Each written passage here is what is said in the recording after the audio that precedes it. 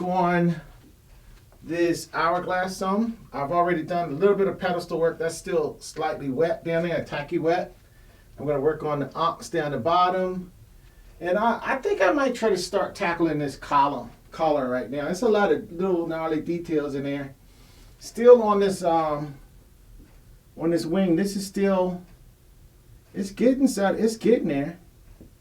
There are some places that where I have it on I have the paint fairly thick. I have some really heavy impasto. Those areas are still wet, and I don't want to mess with that because I want that impasto there. I want it to be preserved the way it is. Then I want to paint on top of that impasto with some more impasto, layers of goodness, so to speak, So I'm going to let these wings still dry some more days. I'm going to let some of the texture in the face dry some more days. The Pyrenees Falcon. So I'm basically, doing this part. And I think probably a good piece of painting is in that collar. I'm going to see about that, I might mess around with his Nimi. This paint is dry up here. Some of the paints in that area is a little bit still tacky, but I don't really want to go up. It's not important to work on this Arrayas right now because I really don't want to mess up this painting. I might focus on the collar and on the pedestal and then down there with the ox, And I think that's what I'm going to do today. So I'm going to get started and let me just see where I want to start. A lot of times for me, the hardest part is just to figure out exactly where I want to start. You know what? I think I'm going to start fresh with the collar today. So I'm going to start with the collar, I use the force on that, I don't want to come out and be too... And I'm going to use for that my liner brush, my little tiny weenie brush, 18/0, my 0 brush. And I think I'm going to use my 1 brush and my other 1 brush. Then I'm going to keep these 3 on standby. I don't really have any big painting to do in that collar. So basically I'm just a little brush. Day to day I don't have my my shirt with my pocket on it. So can't put my brushes in my pocket, so I got to hold them in my hand. But that's okay. And I'm going to get busy on this collar. So this is a lot of really, really detailed painting in this collar. It's just a whole lot. So, and just a really controlled. And I think I'm going to wind up doing most of this sanding, and I might not even have the palette in my hand.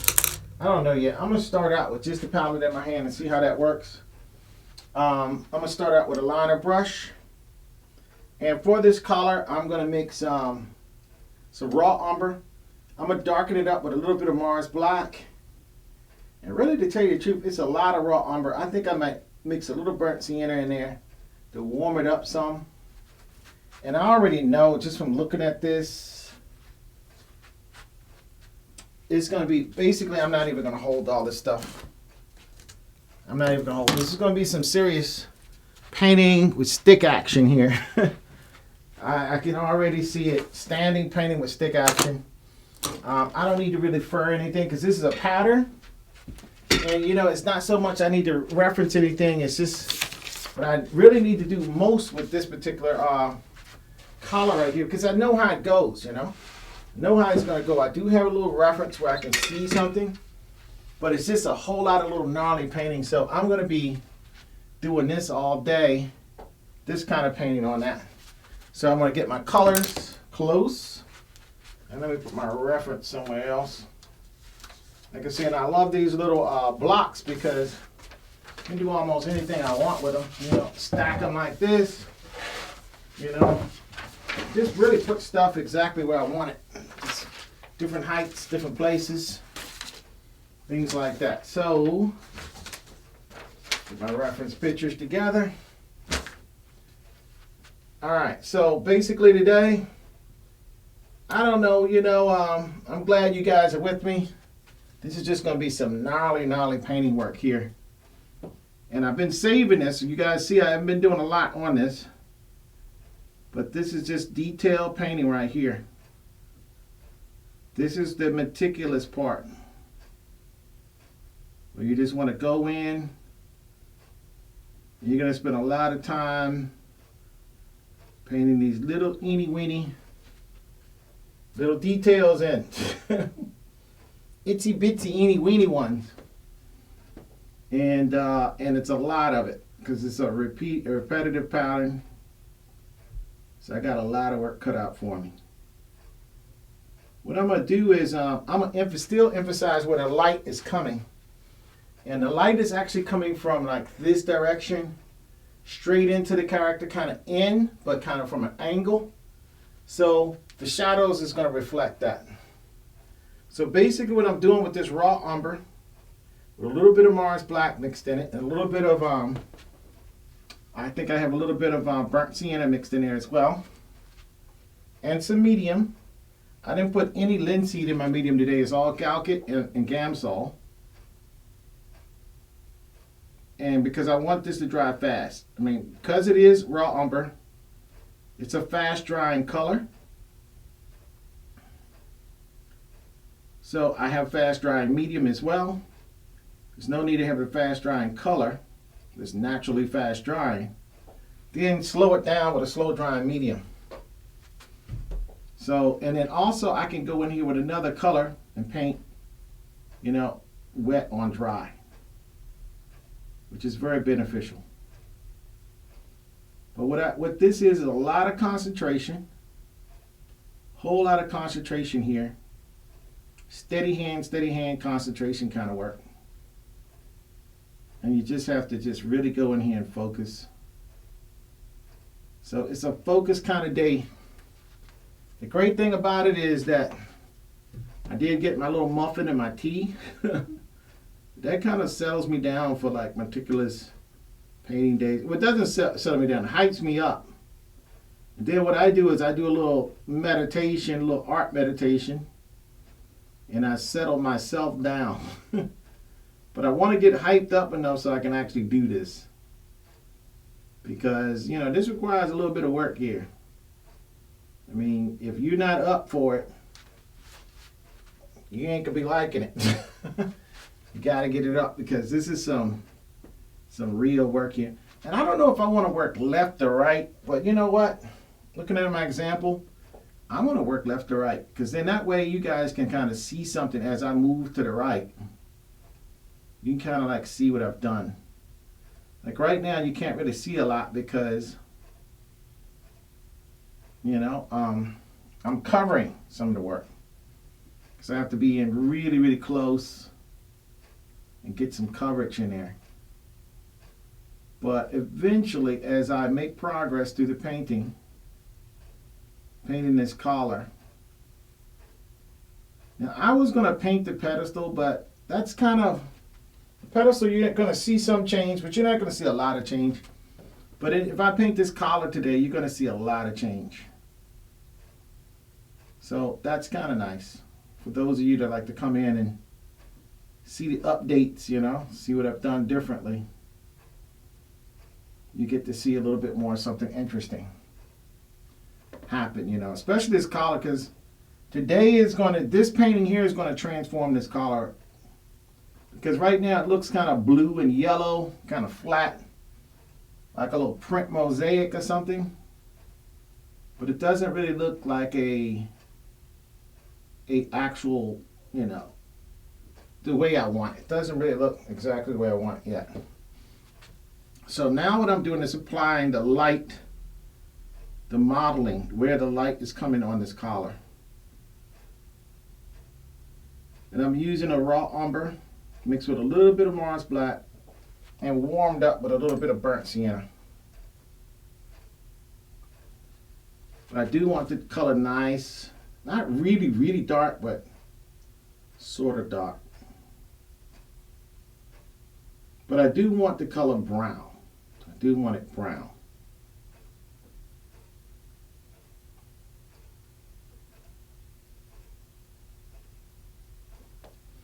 And these lines are very, very precise.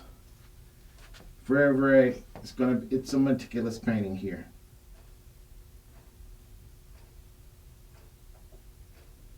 because the paint just had to be applied ever so precisely.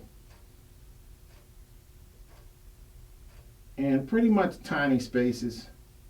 I mean, this is my liner brush. I think I wiped up all the writing on it. You know, the cheap brushes, the writing is kind of printed on there. And the Gamsol, you know, you wash it thoroughly like I do. You simply just wash all of the printed writing. That's why I like the brushes with the embossed writing. And it just has a higher end print on it. Because then that way you can know what size brush you're working with. And if you only have a few brushes, it won't matter, because you only have a few brushes and you know the size. You go to the sizes you got, you know.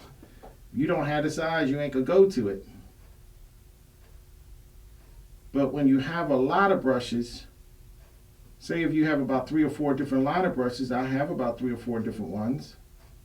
You want to know which one you're using, because they are graduated. My liner brushes are graduated. So it's like, you know, I have the 0 liner brush. Then I have the 1 liner brush. And then I think, I don't know if it's a 1. It might go like from 0 to 2 or something like that. The brush is kind of weird. They only work with even numbers. But it might be a 1. They all seem to kind of switch it up. I don't know if there's any standard or not, but I know that, yeah, I think there is a 1. Some brushes do have 1s. And then, but usually once you pass 1, you go straight to like 2, then 4, and so on. And you know, you just want just the right amount of paint on these brushes. Too much paint and you're putting too much, you know, too much line down, too thick of a line. Not enough paint, you're putting a wimpy line down. It might be too thin and it might not cover enough. So you gotta really, when you go to load your brush, what I just did was load my brush. You want to be very, very careful that you load it precisely.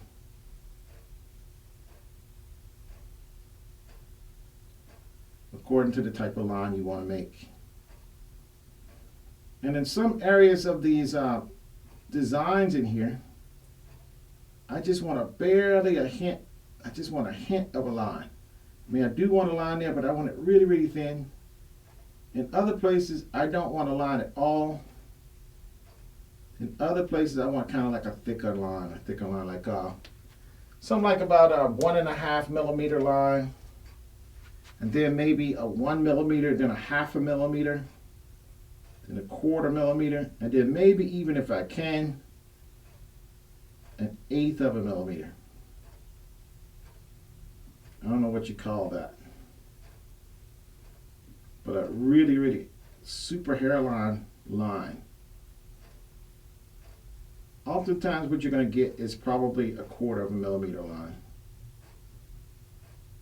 You know, that you can kind of repeatedly without overstraining your arms, because making those little meticulous little lines can give you carpal tunnel.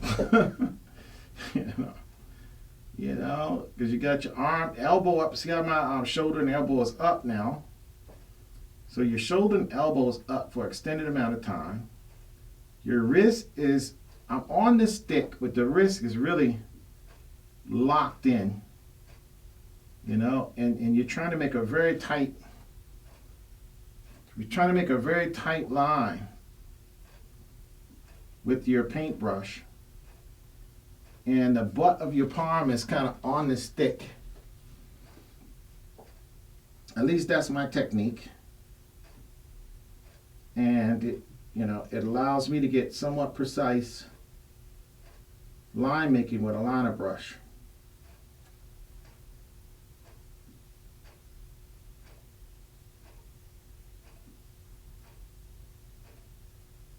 Now, line making is not necessarily my favorite thing. I do like to just pop down fields of tone. I like toning. That's my thing.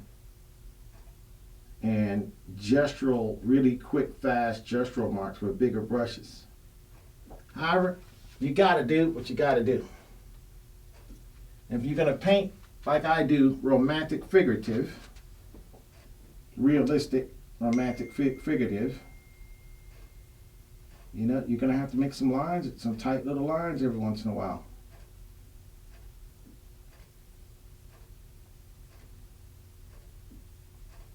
Unless it's gonna look more impressionistic and gestural, then you might not have to do it. You might have to make those lines. But this is the type of thing where you just gotta take it easy and lay your lines on in there. Just lay the lines in there nice and gentle.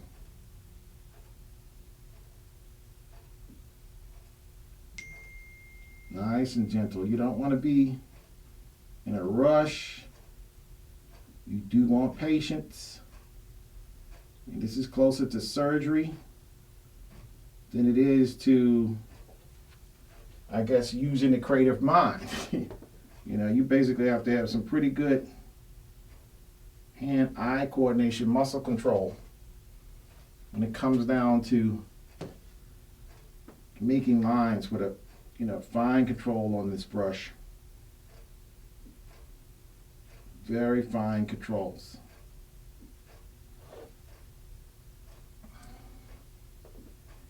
And in painting these details like this, every now and then you might get a stray brush stroke, and that doesn't matter. At this point, I'll just let that dry, and then I'll come in with the 18/0 brush, and then I'll just paint over that. Because usually the rest of the line, other than a little piece you might have just messed up a little bit, looks pretty good. But if you go and you try to erase it with a rag and come back, then your painting starts getting sloppy. Painting starts to get sloppy. And the key to this is why I waited all this time to let this set up and get totally dry. The key to this is precise control. You don't want any sloppiness. You don't want a whole lot of, especially with a tapestry like this, you don't want any mixing at all. I want that turquoise to stay turquoise. Right now, I want this yellow to stay yellow. I'm going to add colors to it later. But this base color is going to be painted on top of with different tones of yellow and brown and even some blacks and blues and greens. You know, these are all tints of yellow to get the effect of a gold.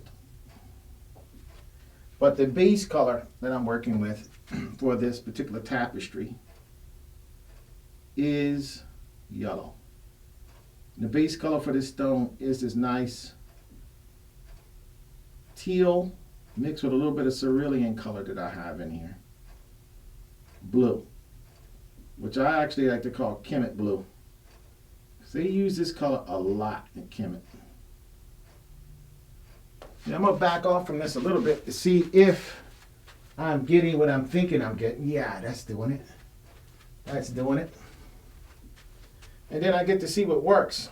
When I back off, you get to see what you're doing up close. You get to see what works and what doesn't work. Of course, what does work, you want to emphasize that. And what doesn't work, you want to lay off of it. You don't want to emphasize that.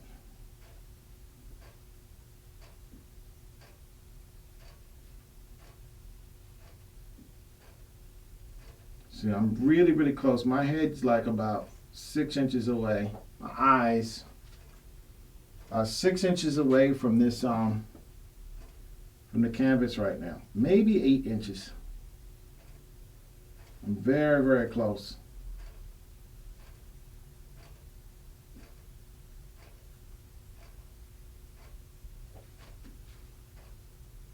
And that's how you maintain your control, you know, because hand-eye coordination is what your eye is seeing and what your hand is doing.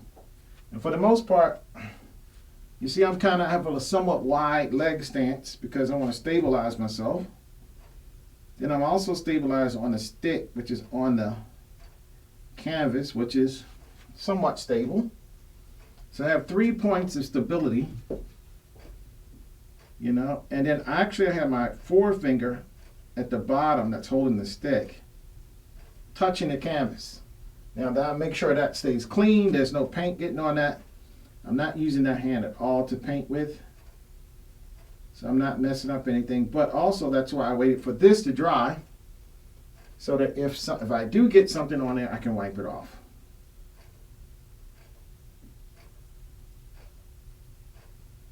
And so that's the whole thing, is managing your painting.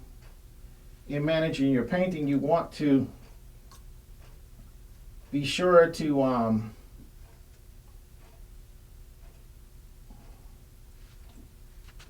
be sure to have an area where where the wet areas are. The wet area is there, there, and up there, and the wings.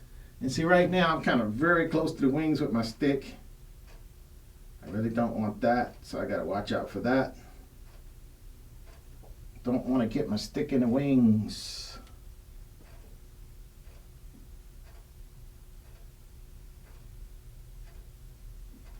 And you just want to paint some really, just take your time, these lines go in.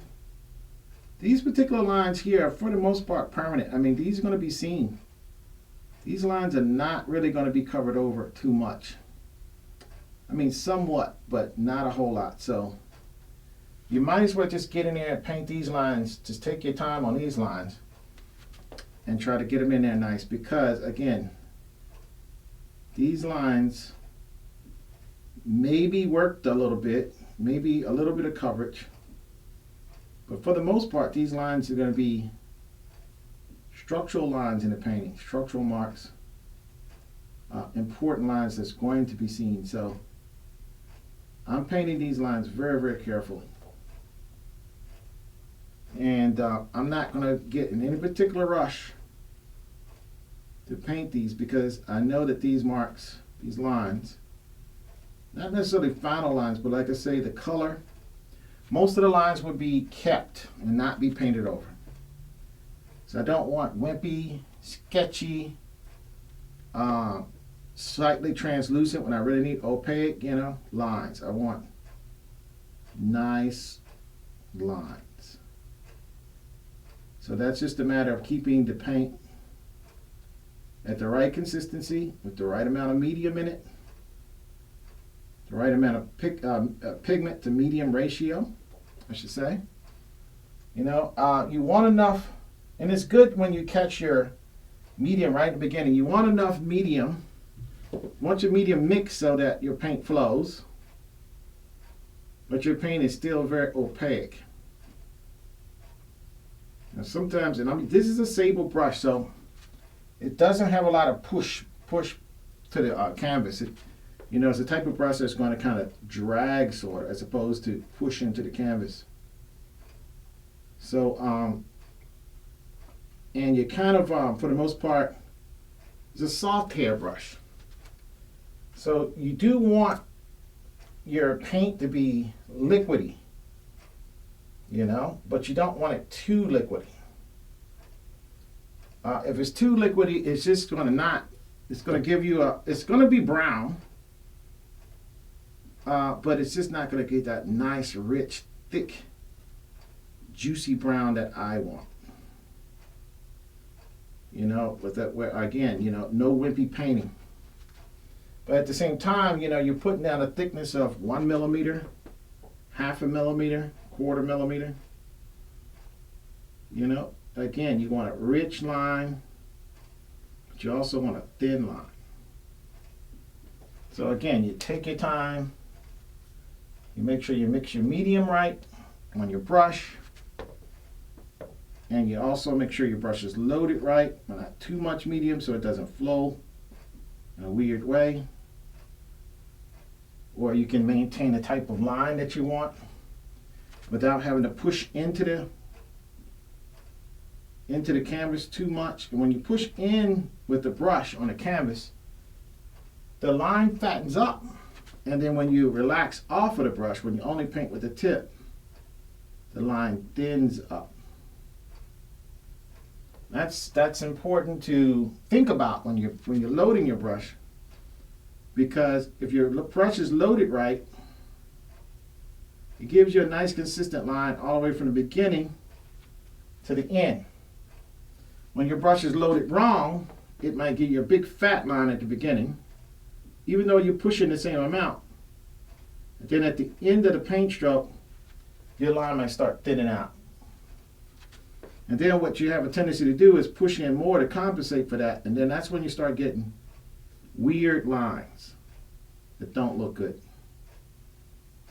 So the whole idea is to keep consistent line. In other words, keep your paint, go back to your palette often. Go back to your palette very often, like you see me doing, and reload and keep your paint consistently loaded on your paintbrush, so you can put down the kind of shapes, the kind of lines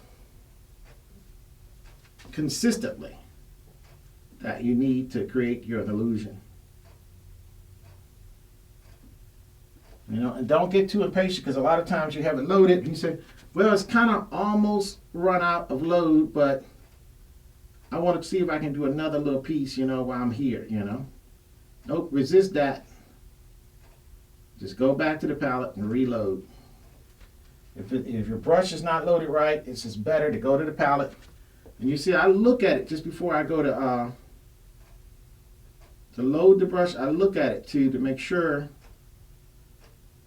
the paint's on that brush right, because I can tell by the way the paint looks on a brush if it's going to paint the thickness line I want, or if it's going to be too thin or too thick, you know. So you gain that through experience of just doing a lot of liner brush work.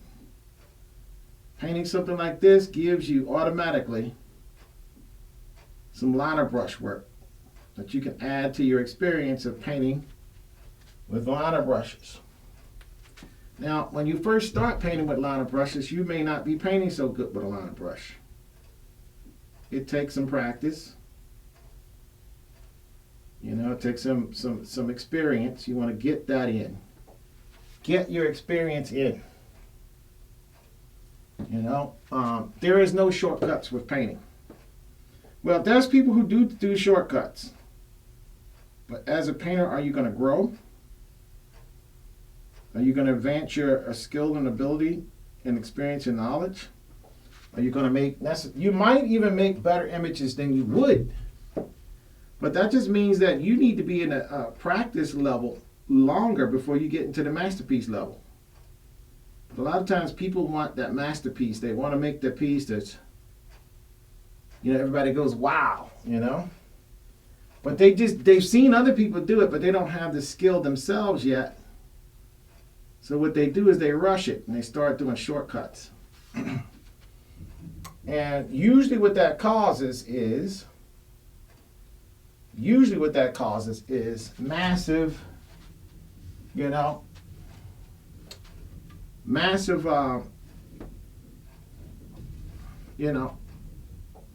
non-growth. You know, I say massive because if you weren't taking the shortcuts, especially when you're very first enthusiastic and you really, really are concerned about doing good work, that's when you're going to focus the best. I mean, that's when you're really, really going to focus. And that's when you're going to get the fastest, best growth. When you're hungry to get some, but you're not quite there, it's okay. I tell people it's okay to be a bad artist. It's actually better to not be so good than to be good and just say, okay, I got it all. I'm good. I can't learn anymore. I don't need to practice. Now, sometimes you can practice on an actual piece, you know. I mean, right now, I'm making an actual piece, but I'm actually practicing also my liner brush work, you know, by virtue of doing it, you know. If you don't paint in a long time, and I've gone through those periods where I have not oil painted, do your skills go away, or do you kind of get rusty? The answer to that is yes, you do. And you won't be able to paint like you thought you used to be able to paint. And you'll go look at paintings that you've done and say, oh my gosh, how long did it take me to do that? And then, how come my paintings I'm doing now don't look like that one? You know? And it's because it's just like if you're an athlete, say you're an NBA athlete or say an NFL athlete, and you don't go to the practice camps. You kind of sit around and eat Twinkies and donuts for about 2 years or so, maybe 5. And you kind of got a cubicle job somewhere where you're sitting at a desk. You're only moving your wrist and your eyeballs all day long. And you're not going to the track. You're not working out. You're not practicing your skills. Then all of a sudden you go back to your same buddies that say you played football with in college. And they say, hey, look, it's an NFL spot open. And I know, I got, I know that that's the spot. I know that you could take that spot, man, because you was good, Get off the cubicle job and come on in. Let the coach see what you can do. Well, you get out there and you're slow, you're missing stuff, you're messing up, the coach is not impressed, you don't get the job. Why? Because your skills fell apart. You didn't practice, you got slower, your grasp for the game kind of got a little slippery. You start losing it. Well, same thing with painting, A lot of people think they can paint once a month. Well, not even once a month. Once a year. Maybe twice a year. Every 6 weeks they'll paint something. And they think that they're going to be they're growing. Yes, you got better than you were 5-10 years ago. But you're still growing on a 5-10 year rate as opposed to a day-to-day or week-to-week rate. Now, what happens if you paint once a month? Well, now you're doing 12 pieces a month, but you're only going to paint 1 day out of 30. And when I say once a month, when I say paint month to month, I don't mean paint every day in the month. I'm just talking about you just spend 1 day painting out of 30 days.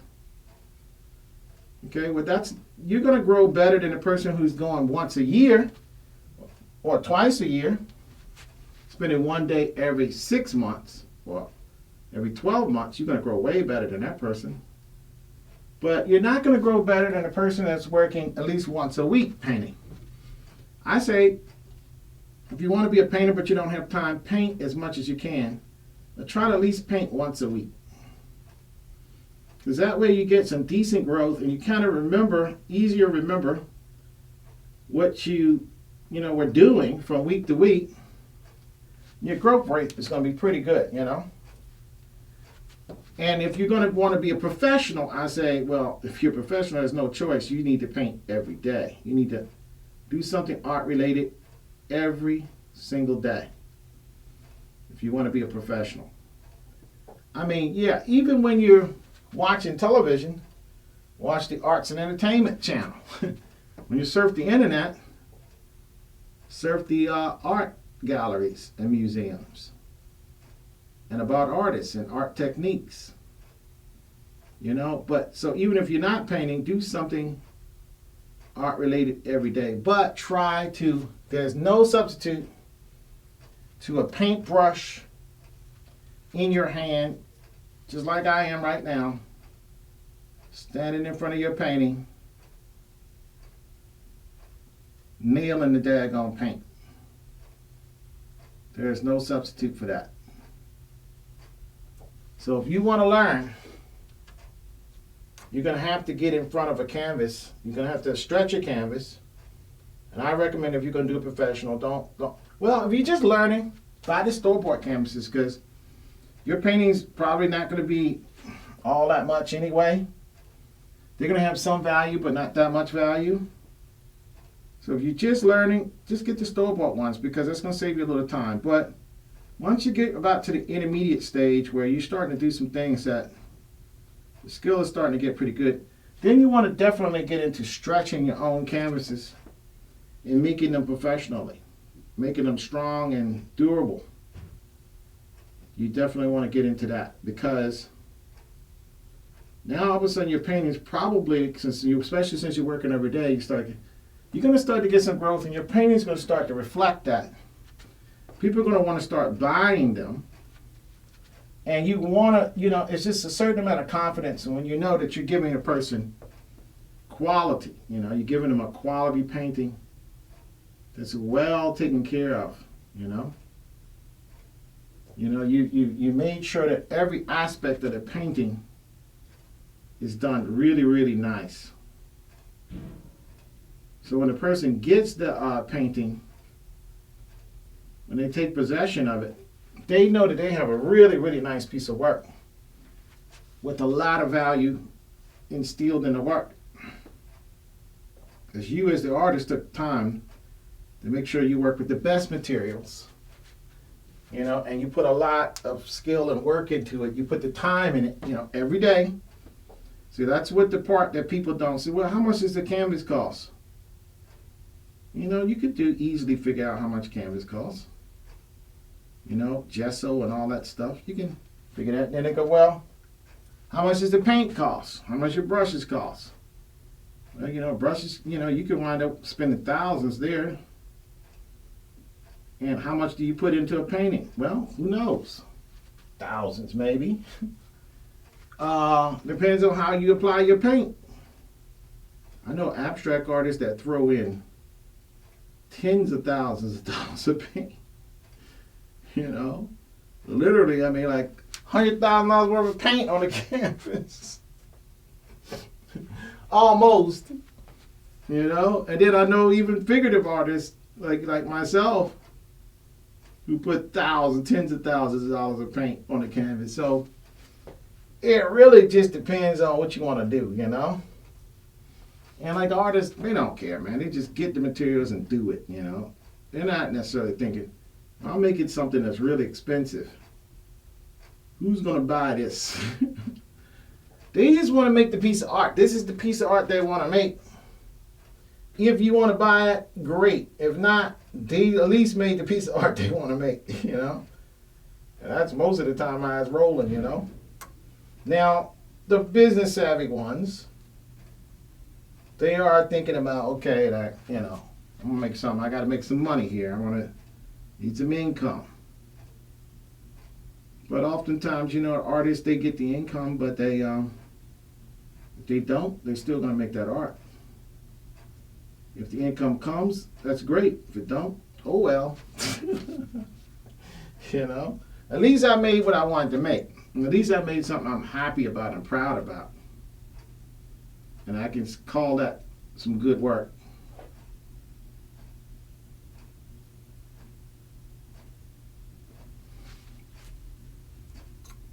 So like I said, you don't want to rush this. You want to make sure you mix your medium, mix your paints perfect, especially when you're using a liner brush,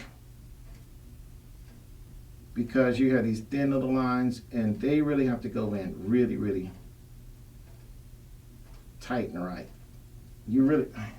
And sometimes, like I say, sometimes you can get a little impulsive. Sometimes the brush doesn't do exactly what you want it to do either.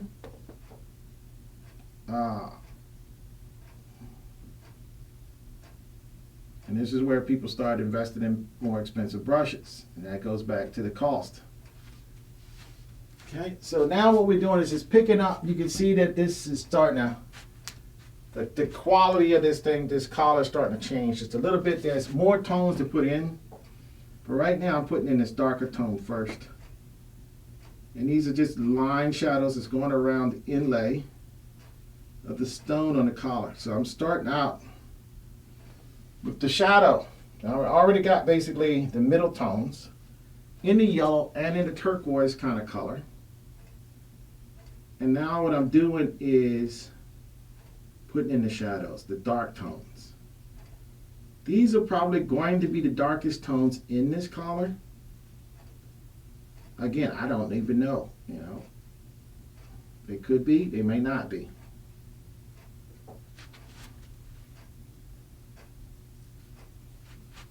But then, after a little while, even with meticulously painted lines like this, progress is made.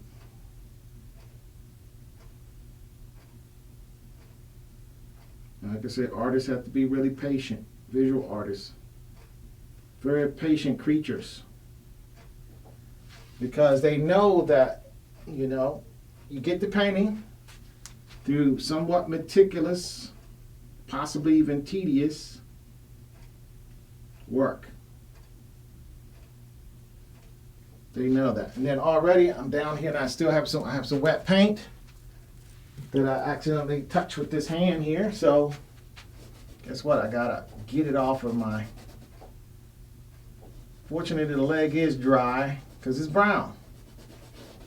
But certain sections that is white, where I put it on really thick, heavy impasto, it is still wet.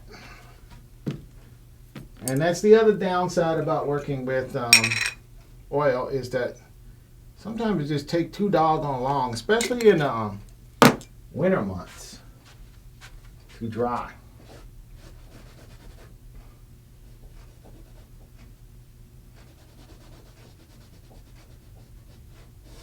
Now I'm gonna probably put some more layers. I don't want to pull up too much of this brown. I'm not pulling it up, but I'm pulling up a little bit. I don't really want to pull up any. So I just got to be very careful when I go to paint that. Oh, somebody's waving. I always like to say wave back to my wavers. All right, Daniel Earl Turner. Dayan. Wave back. What's up, bro? How you doing? So, anyway, going in with this darker tone, establishing the shadow in this collar.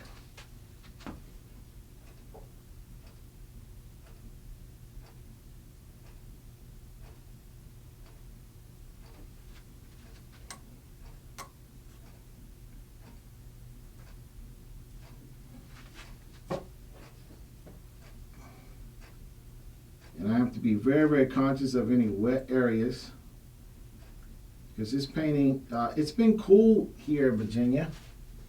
Therefore, it's been cooler in my studio, because, you know, you don't want to run your heaters and stuff any more than you have to. Save money, especially if you're in the middle of a pandemic. You definitely want to conserve a little money if you can, especially when they're saying we don't know when we're going to come out. You know, it's like, okay, we don't know when it's going to be over. It might be 2000. I heard somebody say 2022. I'm like, oh my gosh. Please, no. That's a little too much right there. Now, I was already ready for 21, but man, life as we know it may change if they can't get a grip on this thing. Time for them to get a grip.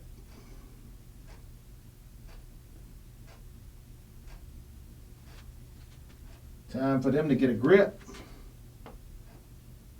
I read something very quickly. I don't have a lot of time to read the news because I upload my videos to YouTube, edit them, upload them to YouTube, upload them to my Steve Foreman Facebook account, Steve Foreman Creative Studio account.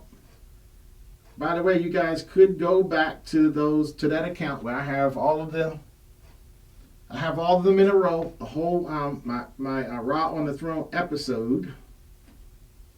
I'm going to try to, and also you go to my YouTube where I have all of my Raw on the Throne episodes there as well. But I also have the Camera to Kingdom on YouTube. And subscribe to my YouTube, so I'm not just stuck in Facebook forever. I mean, Facebook is okay, but their rules are a little heavy duty and they're a little bit intrusive and invasive. They just shut your account down anytime they feel like it, for any old apparent reason. I guess somebody reports something because you're broadcasting every day, but that's the whole idea. Broadcast every day, right? Television does it. You know, you could do it on YouTube. But I need 1,000 subscribers at my YouTube so that I can go live on YouTube. I think that's the new rule. I'm going to see tonight after I finish, can I go live with just the people I have on YouTube, because, you know, I'm getting some viewership there, you know. So let's see. Okay, now that I'm getting out of the way of the white girdle that I know is still wet in some spots, and I think I'm getting into the area where at least my right hand is safe because that paint is dry. I hope so. Because like I say, painting is a two-hand thing. Even though I'm painting, the brush is being held by my left hand. But this large painting like this is like a two-hand operation. Often it is. I mean, because I'm using my stick with my right hand. I'm also stabilizing myself against the canvas with my right hand. It's like a one index finger push-up vertically off the canvas. But very gently touching the canvas. I don't want to not damaging the canvas at all.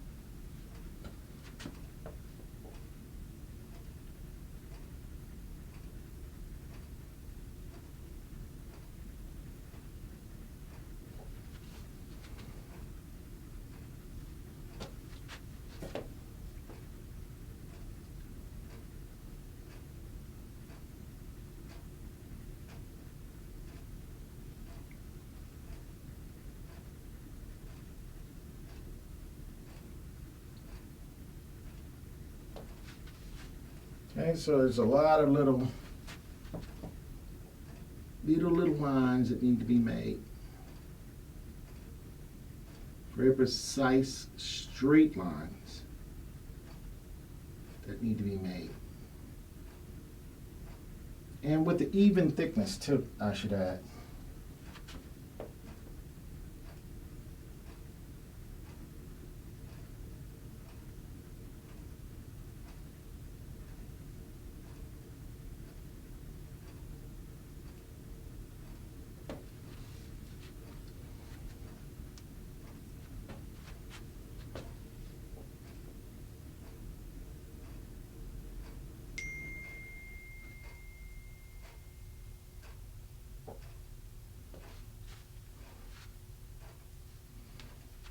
Now, as I back off, sometimes I think some of these lines look better when they're about 2 mils thick. You know, it's just from a distance, it just holds. And I back up like this. Hey, another person waving. What's up? How's it going? Damon, what's up, man? Appreciate you coming by, man. Saying hi to me. Checking out my stuff. I'm Protest Maniac on YouTube. I'm already subscribed. I'm going to hit you back, man. Hey, yeah, go ahead. If you guys are on YouTube, I'm going to subscribe back. Sub me on YouTube. Subscribe me on YouTube. We need to all build up our YouTube accounts. You know, we should all have over 1,000. Just in case we need to get out there to the public. I mean, you might not be a public guy, but it might be that one thing that happened. You need to get on YouTube and make your statement to whoever, you know. We should be able to go live and do that. So, not to be able to do it is not, to me, it's just not cool, man. I mean, YouTube keep changing the rules. It's like they're changing the goalposts. You get so many things done, then they change the rules on you. So, yeah, we should all be able to go live on YouTube. Like I say, even if you don't go live, you should still have that capability, you know? So, yeah, everybody who subscribe to me, I will subscribe back to you, you know, and help you build up your subscriptions on YouTube as well. I mean, I'm not going to just subscribe, let you subscribe to me, then I'm not going to subscribe. No, I'm going to subscribe to you. So, but still, I mean, I see people, they check out my YouTube, But they don't subscribe, you know? I'm like, hold on, man. I mean, why you ain't subscribe, man? Help me out. You know? So we gotta, you know, let's help each other out some, man, you know? Let's help each other out. I mean, you know, help each other out. You know, it's like the kid in the sandbox. Sometimes you get in the sandbox, you want all the sand for yourself, you know? You ain't worried about it. Somebody else got a bucket and a shovel. I got my bucket and a shovel, and this is all my sand. Get out my sandbox. You know, like the sheriff in town. The town's not big enough for the two of us. Somebody, you know, it's like, no, let's share, man. Everybody's got enough space. There's enough for everybody. I mean, YouTube is a lot of love to spread, man. It's a lot of love to spread, so why not spread it, man, you know? You can't have too much love. It can't be. There's no such a thing as too much. You know, if you want it, you got to give it. So, you know, it's reciprocal, you know? It's like rain, you know? The rain evaporates, but it's water below. Then the water is above, then it falls back below, you know? It's called reciprocation. And the law of reciprocation say, if you do something for somebody, stuff is going to come back to you. I mean, that's just how the universe works. And so, by all means, subscribe. I will subscribe back. I will reciprocate back to you, bro. And I will go and check out any videos you have on there too. I won't just subscribe and push on. I'll check your stuff out, man. Because subscribing and pushing on is kind of the same thing. We're not really getting into each other as much as we could, you know? Should we do that? Should we, you know, like they say, are we our brother's keeper or are we not? See, that's one of those old-time wise sayings. I think of some of that stuff, we forget it, man, over time. Grandma used to tell it to us. You know, Grandma used to, you know, and we've forgotten that stuff, man. And I'm going on to other things. Whether it's for good or worse, we're going on to other things. You know? So by all means, please subscribe to my YouTube so I can get live and also be able to stream live on YouTube. And that would be extraordinary. Because I was set up. I mean, just when I was ready to go start streaming, I was like, okay, I've been thinking for a long time, okay, I think I'm going to start doing some live YouTubes, you know. Because I was doing little post stuff. I'm going to do live YouTubes. But I kept, you know, oh, no, I don't want to do that, you know. Then finally I got myself together. So, okay, I'm going to do it. And just then, at the exact time, that's when the little message came from YouTube saying, if you don't have so many subscriptions, you ain't going to be, we're going to turn the feature off. You know? You can't go live. You know, we got too many people going live, and we going to cut out the small people kind of thing, you know? Well, I'm trying to do with it, you know, to get the subscriptions organically means that you really have to, you know, get around on YouTube quite a bit, be on it for a while, and just one at a time get that exposure, you know. And I'm growing kind of, I mean, it's kind of slow. I get about 2 or 3 subscribers a day. I don't even get 2 or 3. I get about 1 or 2 a day, maybe. You know, sometimes I don't get any. You know, and 365 days in a year, you're trying to get to 1,000. That's not really a happy scenario. I mean, if anybody knows any shortcuts to that, now, yeah, I would cheat on that. I would take that shortcut. But Because that's just aggravating, man. You got to wait a whole year before you can even go live on YouTube. When you're clearly making plenty of content on Facebook going live. I mean, there are some people that's looking at it, and you're dealing with the YouTube algorithm, and you're working with the Facebook algorithm. It's not like a person there. It's a computer saying, okay, who's commenting? Who's looking? What is this guy talking about? What is his text? What is his messages? Does he have any tags on his thing? Who is he tagging? What is he tagging? You know, and then it's kind of making a decision based on what the programmer programmed in as to just how much exposure you're going to get. Now, if you on here talking about Kemet stuff and stuff about Africa and black folks, well, guess what? The programmer they ain't feeling none of that. So they don't have nothing in their algorithm for you. So what happens is, guess what? We don't get the really nice placement in the search engine. And then you get some cute, but the programmer does like these little cute girls. Tell the male programmers, because if you're a cute girl, man, you got all kinds of daggone places in the search engine. You're getting all kinds of subscriptions because you're a girl and you're cute. And you're saying the same thing that the other person is, but you're cuter than the other person. So boom. And also, it's humans too. I mean, a guy sitting at home, he sees a cute girl. There's a guy, you know, that's looking kind of geeky. He's basically doing the same similar content, but he's going to look at the girl. Probably most of the people on the internet anyway is men. You know, probably mostly white males.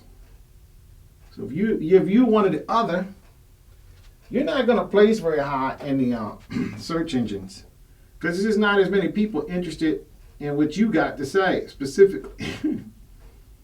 You know, there's some are, but a lot aren't. I mean, and that's just the way it is. I mean, there's not a lot you can do, but if you're part of that group, you got to realize that you say, I have to work harder to support the type of things I'm interested in, because it's just not enough people who's interested in things I'm interested in online. So when I do see somebody making some content that I like to see promoted, or I like this person or whatever, I really need to go out my way to support this person, you know? And it don't really cost nothing to subscribe to somebody's YouTube. It really doesn't. It don't cost anything. You just click a little button. You don't even have to click the button that says, you know, every time they make an upload, but it's nice if you do that, you know, but if you get those subscriptions but again, at the same time, maybe make a comment. If you don't like the person's content, you say, well, I like the person, but they need to do this and that with their content. Don't keep it to yourself. Let them know, you know, hey, this is good, but you need to work on, you know, your videos are too long, or you need to address us more, or maybe some more tutorials on how to, or maybe some more history talks, you know, or maybe some more, you know, spiritual talks, maybe some more, self nation building talk, you know, whatever it is, you know, let the person know, you know, something so that they can start addressing what people want. Because one of the hardest things about making content, especially for me, I'm an artist first. I'm an artist first and foremost. I'm an African American artist, but I'm an artist. Well, whatever you want to call it. I'm a person of color artist in America, you know, however you want to call that, you know. But I'm not a European American, let's put it that way. So, you know, I mean, what do we got to talk about what the things that you have to know what people want from you, you know? And the only way to really know that is for those people to kind of communicate to you and reach out to you and just kind of, you know, be nice, you know. Just leave a comment and say, look, And be honest. You know, you can give a person a critique without cutting them down. And then if you're the type of person that can't get critiques, then maybe you should not be trying to do social media. Because you don't like to be criticized. And social media is to a certain extent about putting out stuff that people want to see. And people want to interface with and deal with to a certain. But I found out a lot of people like to deal with goofy things, stupid things. You know, a midget, you know, walking with somebody who's like 8-foot tall giant kind of person. You know, and they're you know, something weird like that, you know. You know, people like junk like that. They like weird, crazy, insane looking junk. And they like shocking other people with stuff, you know. They sit there and they use it like a toy, you know. And if that's who you are, I mean that's where you are. But now that person, I don't know if I want to friend that person on Facebook. That's just not my thing. I mean, I don't want creepy junk coming up in my social media feeds and stuff. And I don't want people talking too much stuff that's not really stuff I'm into, you know. But like I say, if it's anything art related, I don't even care whose art it is, you know. Art is universal, anyway. Now I wanna learn about it. I wanna know about it, you know. I'm gonna probably subscribe to that. I'm probably gonna set to subscribe to whenever the person posts. Let me know. You know, and then when that person does post something new, it's going to probably appear in my email. Then I'm going to make a decision. Do I want to go over there and check it out or what? And most likely I'm going to go and check it out because I'm the type of person I like to know stuff, you know. I'm going to go check it out. So, but at the same time, leave comments for people. Don't just leave them out there like that, because if you leave a person out there, they're making all this content. I mean, it takes a lot of work to do it. If nobody likes your content, maybe you'd be better off spending your time doing something else. I mean, because I can always just paint. Turn the camera off and just paint. And I can get a lot done. I could just, because I used to paint 15, 16 hours, not 5 hours a day. Hey, how's it going, Moyo? Moyo Ma. What's up, my brother or sister? Moyo Ma, I don't know what that kind of name. I don't know if that's a guy or a girl name. You know, I'm a American English speaker. And when you have, now I am second raw on this page, I must admit. People might be having some issues with that. They don't know what that is, you know. So I understand that. But glad you can come by, Moyo Ma. Glad you can come by.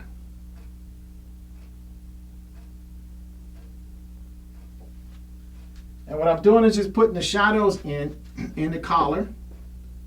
This is a decorative pattern. I'm using my liner brush to do this type of, to make these little intricate lines, these shadows. Of course, I'm going to come in on subsequent other days, and I'm going to start putting in other tones with this darker tone. Most likely I'm going to want to let this color set up and dry completely. Therefore, my medium today only has Galkit in it, which is my fastest drying medium that I have in the studio. I think Galkit makes Gamblin makes one other type of medium that might be faster drying, but I don't know. I don't put accelerator dryers in my oil paints because they can make your oil crack over time, because it changes your chemistry, and instead of your oil being kind of flexible, it becomes more brittle. The whole paint crystal, the crystal is still an emulsion. It's still somewhat, oil oil is dry to the touch, but oil paint really doesn't dry. I know a lot of people, it could be like 10, 20, 30 years, 100 years later. That oil paint still has some moisture in it. It hasn't totally catalyzed yet. And that's what makes oil paint last so long, because it takes a really, really, really, really long time to dry out. Now, I think acrylic paint is different. I think it just turns into like a flexible plastic material, emulsion. And oil paint is a crystalline, but it's a malleable kind of crystalline. It's kind of like a rubbery crystal. But it has a jewel-like look to it, you know, sitting on the surface of the paint.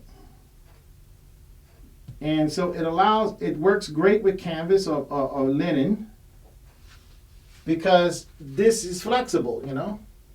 And so it can move some and it won't hurt the paint at all. So clearly the paint stays flexible.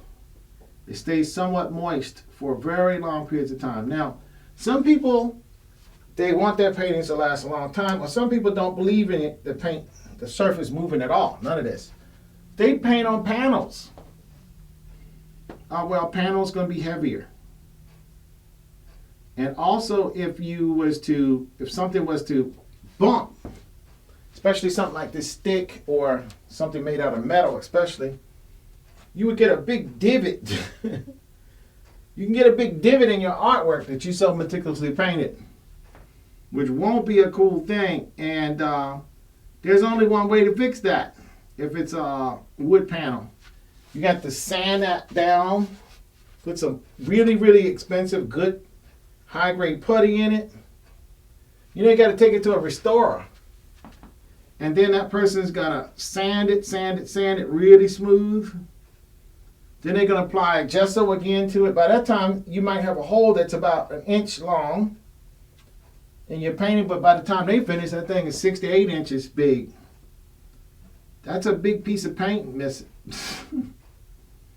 That has to be re-gessoed in that spot, blend it with the surrounding painting, and then paint it over and blend it with the surrounding painting. So that's the downside of working with panels, is that they are brittle. They don't move. And if you was to bump that in any kind of way, especially with this, I could hit this pretty hard, especially if it's a softer stick like this with tape on the end. And it might have a temporary divot in it, but it won't hurt it, you know? I can even, like, if you're going around a piece of furniture, it can even hit the edge, the corner of a piece of furniture, you're trying to install it. It really won't affect it that much, you know? Now, if it's like a piece of metal or something, it's 30, 40, 50 pounds, and it falls into it, now that might almost punch through or leave a divot.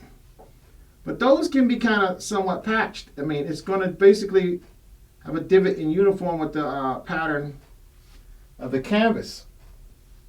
And you can patch that from the back, and then you gesso that over. You know, you glue patch it in, you gesso that over. And you might have to paint just a little section that's about 2 inches.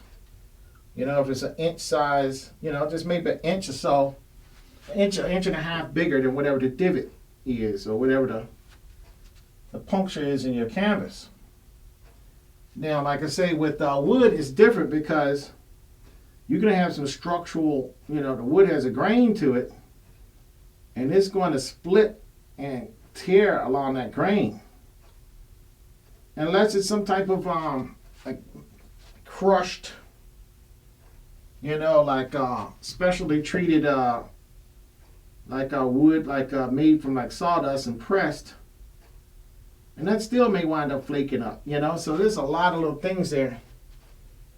If you're not painting on a wall made out of stone, you might be in some trouble. And then if a wall made out of stone, it's going to scratch.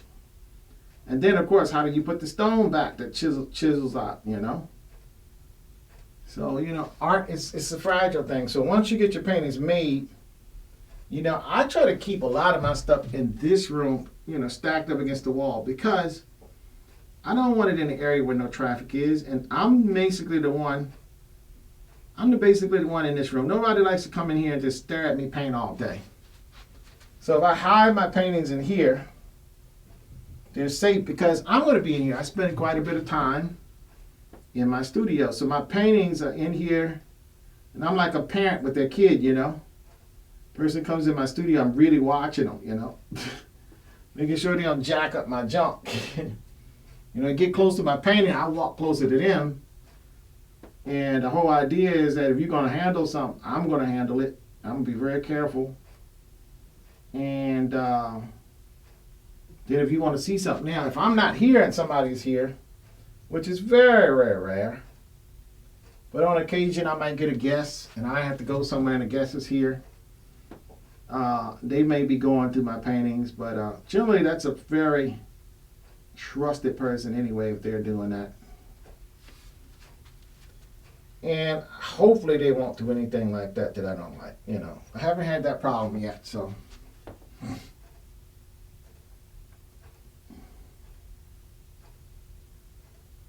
But I have, you know, you do want to be concerned about when people enter your studio. You know, are they going to respect your paintings? You know, because they'll come over, they just want to talk, you know. Hey, how's it going, Steve? How you doing? Oh, yeah, it's all good. You know, and, you know, I generally don't have any wow parties here because, again, I got so much artwork. So if I do something, I usually just rent out a hall somewhere, you know, and then do it somewhere else. I've had some little small gatherings here, you know, especially when I was doing film stuff, but I don't think I'll be doing any of that anymore because I didn't have half as many paintings here as I had before. And before that, I had a nice building that I worked out of. And the problem with that is other people can gain access to your stuff, and you know, they crawl across they go out in the hallway. What I found out was people can go in your hallway if you're in a building, especially if you're in a building with other businesses in there. It's like several floors or whatnot, big old nice elevators and stuff. But what happened is people go in and take out the ceiling tiles in the hallway, and they climb over the wall, get inside, then open the door, and walk out with your artwork. So most of the time you want to have a place that's a standalone building with a boat lock. You know, if you're an artist, you don't want to be in a place where it's like an office building, you got a big studio in there. It's nice because you get people, you know, the air conditioning works nice and the facilities are nice and they got fast internet in there. Big warehouses can be difficult to heat and cool, and you can be too hot in the summer because it's a big old giant building. Too hot in the summer and too cold in the winter, you know.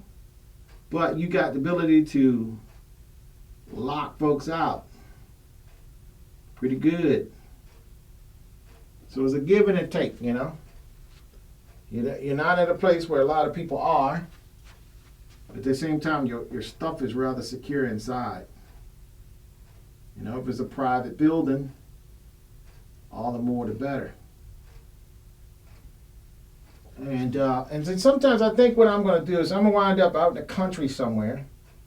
I'm going to just build a big giant studio shed. You know, this basically is a big giant shed that all I have in there is studio work is separated from my living space. So that way I can live very close to where I work. I just have to walk through my backyard or something, or wherever, and into my studio. That might be kind of cool. Okay, so basically I've been meticulously painting these little shadows into this inlay of jewelry. And I've got basically about about 2/3 of the way so far.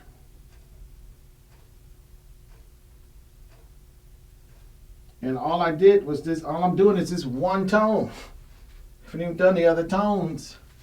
But I don't know if I'm going to do the other tones today because I do want this, I may need this to dry.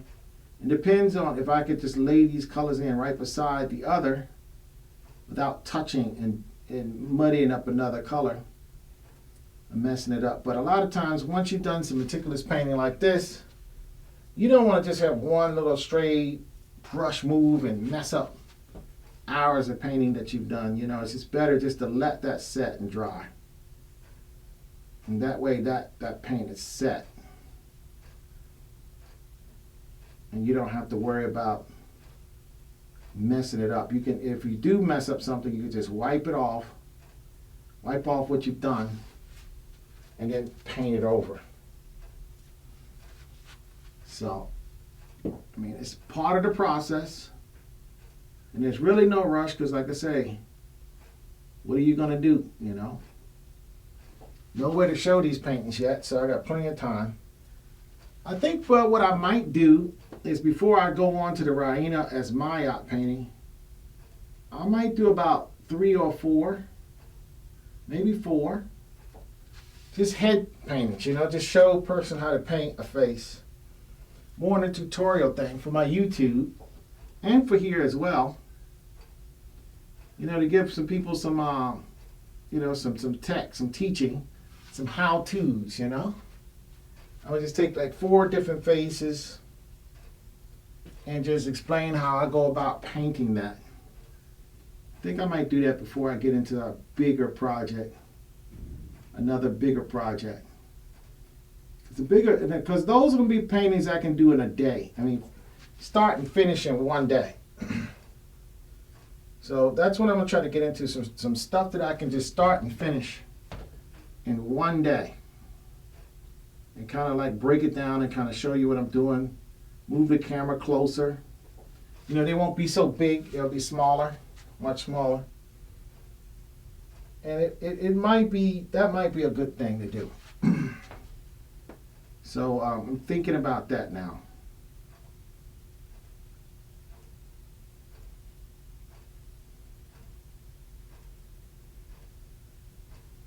You know, because you guys have seen me paint these big ones. And so maybe it's nicer, and it takes time. It takes a few days. You got to keep coming. So maybe to be able to paint smaller ones, you can paint it all at once in one day. Boom, it's done, you know.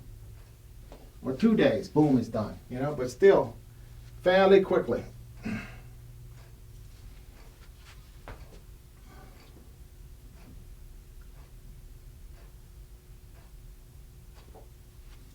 And now that I'm kind of a little bit more to the right on this, you can kind of see what I'm doing.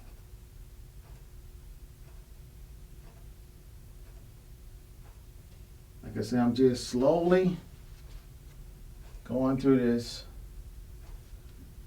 adding these shadows to the design.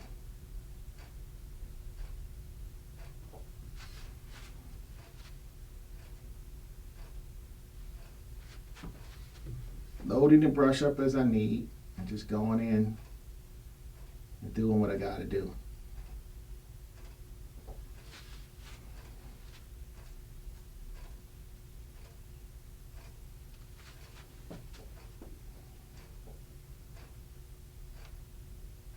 So these browns do dry very quickly, so maybe by tomorrow I'll be able to add the other color in.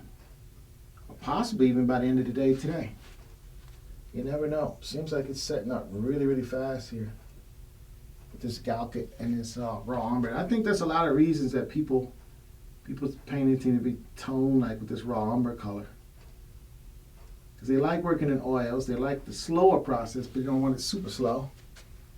So they use a lot of like earth tones for raw umber that tend to dry very quickly. I like kind of strong, vibrant colors also.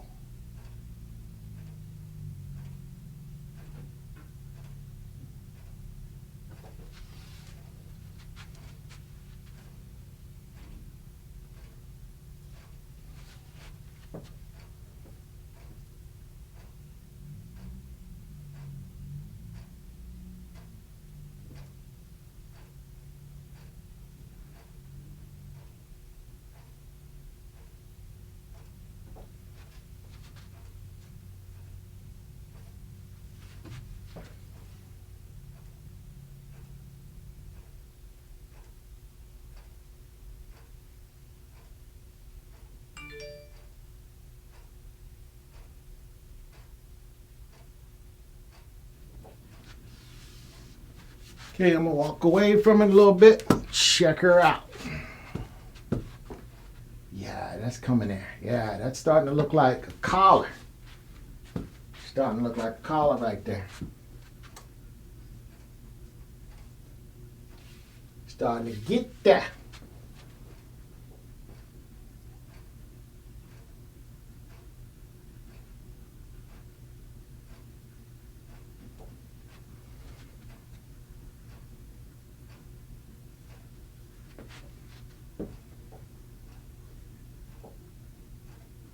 You know, the bolder lines do tend to give it a different dynamic than the thinner lines. So I'm kind of making my lines a little bit more bolder here. I don't know if I should or not. No, I think it's too bold. Too bold is, it might be a smidge too much. Then again, I can always knock it back. But now I think I started making them too bold.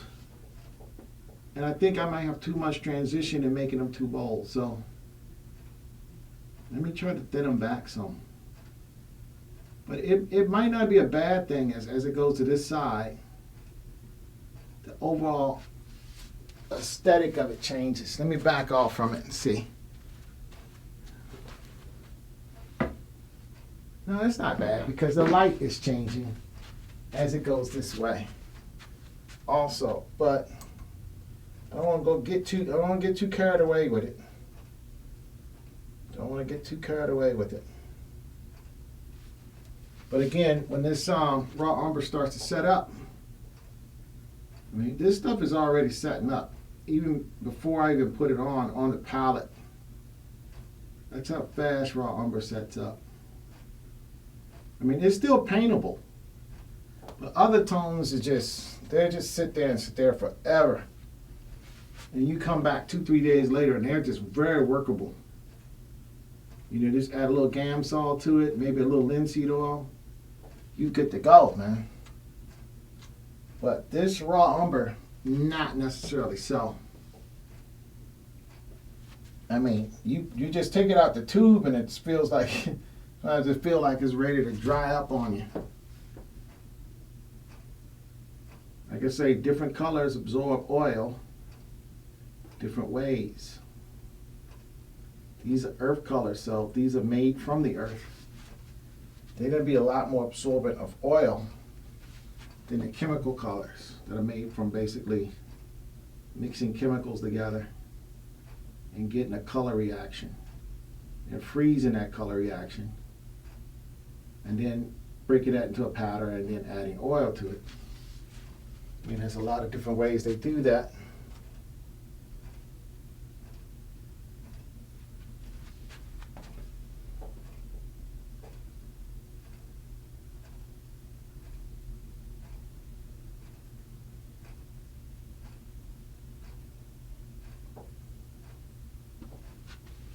Like I say, you're working with these emulsions, basically. Tone in it. And you're putting these emulsions down onto the canvas.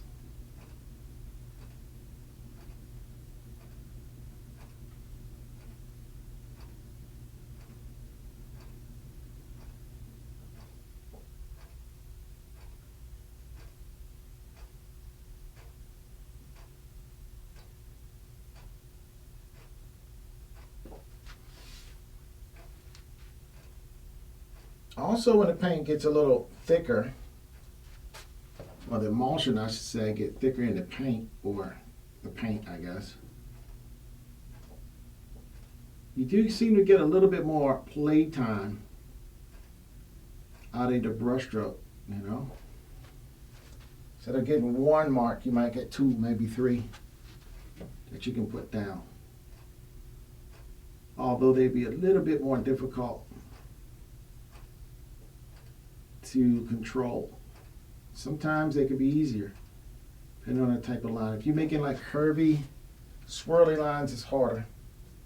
If you're making straight, very consistent lines like I'm doing now, actually gets a smidge easier.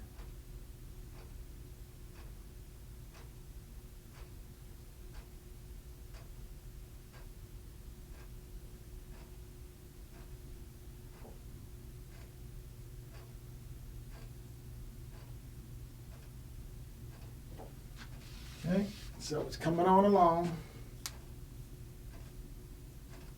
Getting her done.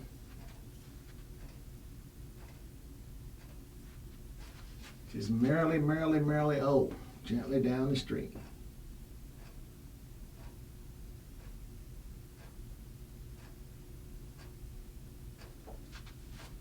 Again, you want to have good paint and brush control at all times with this. You don't want you don't load your paint wrong on your brush, even though the consistency might be changing. You still want to stay on top of that.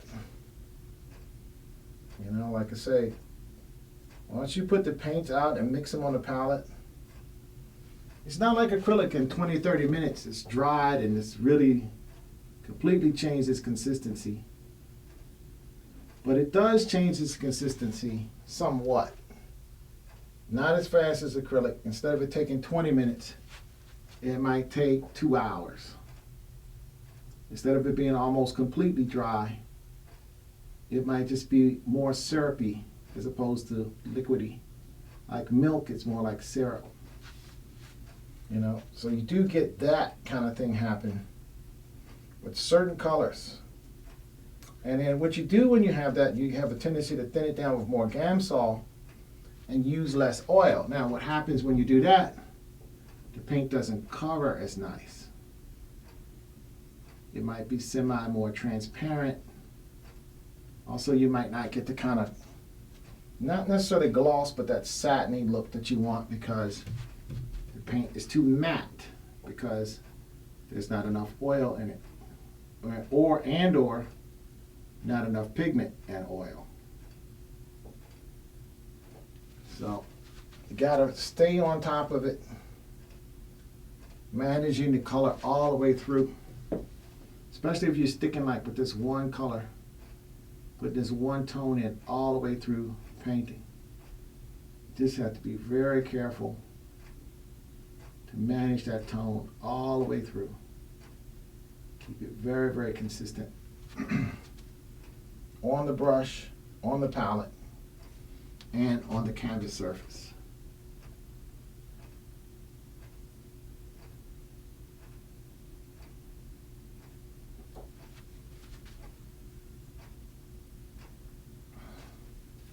And this is another reason I like to get on the collar as soon as I start the day, because the paint is fresh. The medium is fresh. And which means the medium's going to flow better, the paint's going to flow better. Also, you are fresh and your brush is fresh. Everything is going to paint a little bit smoother and better control when you first start painting. And as your oil sits on this palette for a long time, and even as your medium sits in these little cups, I mean, basically once the top is off of it, it starts getting exposed to air. A chemical reaction is going to start taking place, and it's going to start catalyzing, drying, basically. And you know, going from that milky kind of consistency to a syrupy kind of consistency. And you're sort of racing time almost, you know, because you know, and you kind of know, okay, I'm going to start out a little bit more milky than usual, a little bit more runny, because this is going to start to thicken up on me. You know, it's going to take me, say, an hour, you know, to get from start to finish. So, you know, you want to, you know, all that stuff comes with experience, working with the colors and painting. You know, like I say, a lot of painting comes with unadulterated time spent on an actual painting. I mean, that's the only way to do it. And you can draw, but if you're not painting, you're not learning how to paint, you're learning how to draw. They're very similar. Painting is drawing with color, but really there's so much different with it. Now, if you're just an acrylic guy or girl, it is drying kind of quick, you know, you're not doing as much as you can do with oil. It's just not, you're not doing as much with it because you can't, because the stuff is drying in 20 minutes. So you're doing everything you can do with a paint that the type of paint that dries in 20, 30 minutes or less.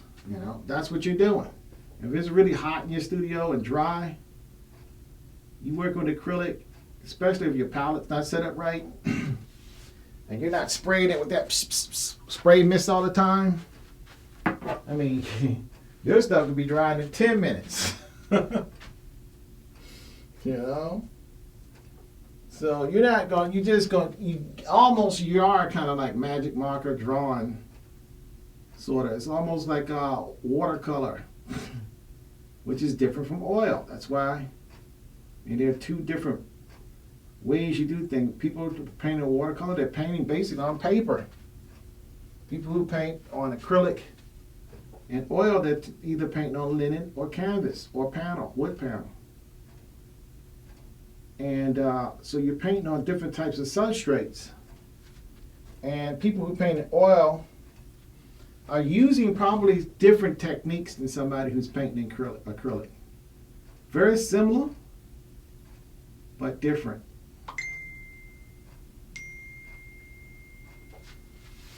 And they're just handling, they're just going about everything. That's why a lot of times when people who work in oil, they just stay in oil. Because everything you learn about managing the painting is different in oil than it is in acrylic. Some things, again, are similar, and some things are different. Can you make a transition from one to the next? Yes, you can. Depending on the person, on how hard that is. Some people really, really struggle when they move from acrylic to oil. Some people really struggle when they move from oil to acrylic, actually. It's not like one is easier and the other one's hard. It's that there are two different mediums that handle different ways. And until you learn those methods and ways, it's going to be a level of non-accomplishment, a threshold of learning that you're going to have to go through. So it's not like oil is necessarily superior to acrylic. It's just for the type of paint you like to do or the type of paint I like to do, the way I like it to look, the way I like it to go on, the things I think I can do with it, I feel like I can do that easier and better with oil than I can with acrylic. And some people, they're just making basically household decisions, right? Especially if they're old school oil painter and they're using turpentine. That stuff can really make a bad odor in your studio or house. If you have other people living with you, that might get a little bit obnoxious. And some people are actually allergic to that. So, and then other people got kids in the house. And they don't want kids getting into the chemistry that's a little bit, not the best, Acrylic is water-based, so it is plastic. You don't want them, eating the paint tube, because they're literally eating plastic, pasty plastic, but they're eating the plastic before it turns plastic, So,